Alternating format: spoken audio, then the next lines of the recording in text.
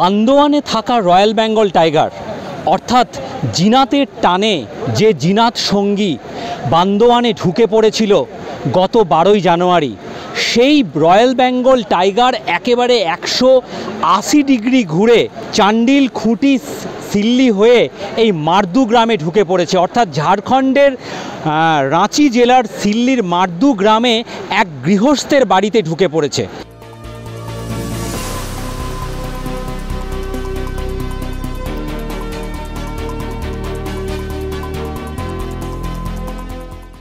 সকালবেলা 4:30টার সময় প্রত্যেক দিন আমি উঠি, আর ছাগল আছে, গাই আছে, বাছড়া আছে, সেগুলো সব বাইর করি।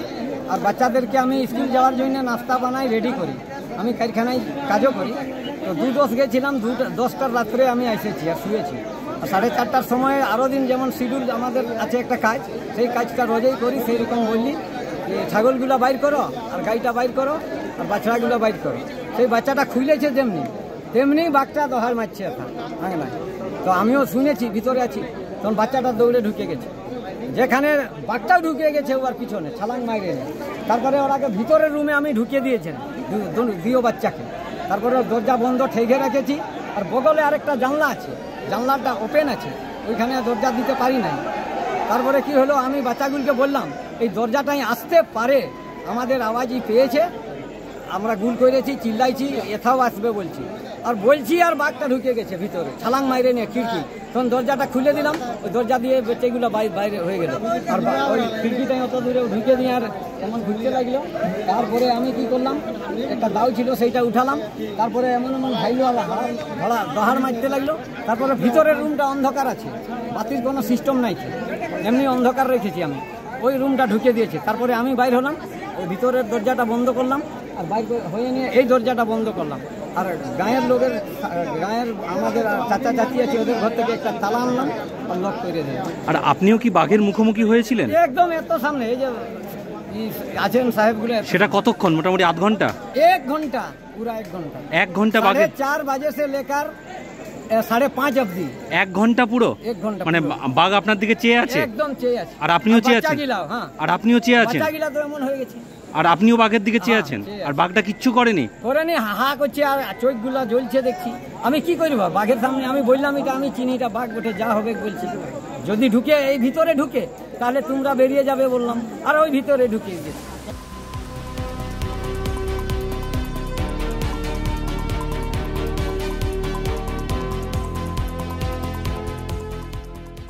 ভোরবেলা সেই রয়্যাল বেঙ্গল টাইগার গৃহস্থে ঢুকে করে একটি চৌকির ওপর বসে থাকে এবং সেই বাঘের সঙ্গে গৃহকর্তার আধ ঘন্টা মুখোমুখি হয় এবং তারপর কোনোভাবে উপস্থিত বুদ্ধিতে ওই গৃহকর্তা ঘর থেকে বেরিয়ে আসেন।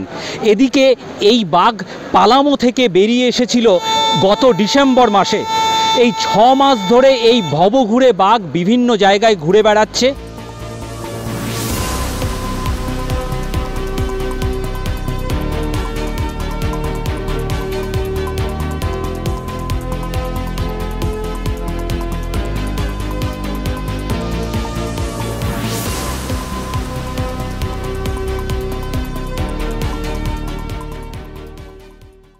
এখানে ঝাড়খণ্ডের পিসিসিএফ ওয়াইল্ড লাইফ এসেছেন পালামো ব্যাঘ্র প্রকল্পের কর্তৃপক্ষরা। আপাতত ওই বাঘকে টোপ দিয়ে খাঁচাবন্দি করা হবে এবং তাতেও যদি অসফল হয় তাহলে ঘুমপাড়ানি গুলিতে তাকে কাবু করা হবে এবং তারপর বাঘ যদি সুস্থ থাকে তবে তাকে জঙ্গলে ছেড়ে দেওয়া হবে, নতুবা খাঁচায় বন্দি করে চিকিৎসা করা হবে এবং তারপর এনটিসির অনুমোদন ক্রমে ঠিক হবে যে তাকে রেডিও কলার পরানো যাবে কি না। यहाँ पे जो पंचायत के सली प्रखंड के गांव में एक घर में शेर दाखिल हो गया है। तो जो यहाँ के मकान मालिक थे उन्होंने काफ़ी बहादुरी का परिचय देते हुए अपना सुरक्षित बाहर किया और साथ ही साथ इसको भी दरवाज़ा अपना बंद कर दिया। तो ये एक हम लोग का यह प्रयास है कि इसको कैप्चर करके और इसको जहाँ इसका प्राकृतिक प्रवास है वहाँ इसको छोड़ दिया जाए। तो यहाँ पे हम लोग का पूरा वन विभाग के टीम मौजूद है, हमारे वेटनरी डॉक्टर्स का टीम मौजूद है और अभी हमारा कितने फॉरेस्ट कर्मी और कितने ऑफिशियल्स हैं अभी ऑपरेशन में?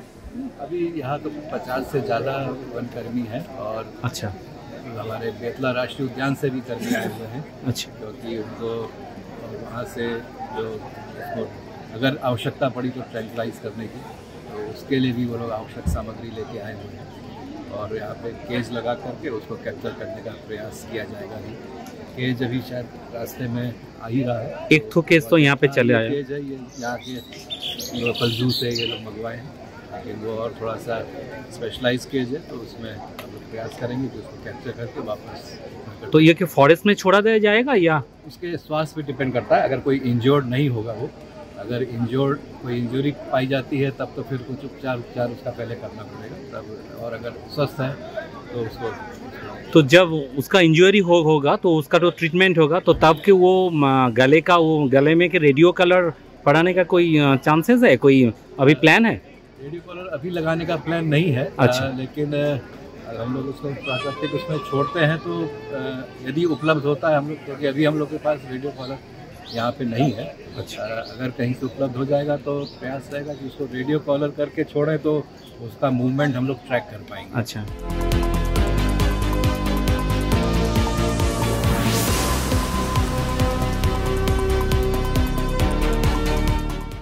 ঝাড়খণ্ডের সিল্লি থেকে ক্যামেরায় অমিত লাল সিংদেওয়ের সঙ্গে সুমিত বিশ্বাস, সংবাদ প্রতিদিন .in।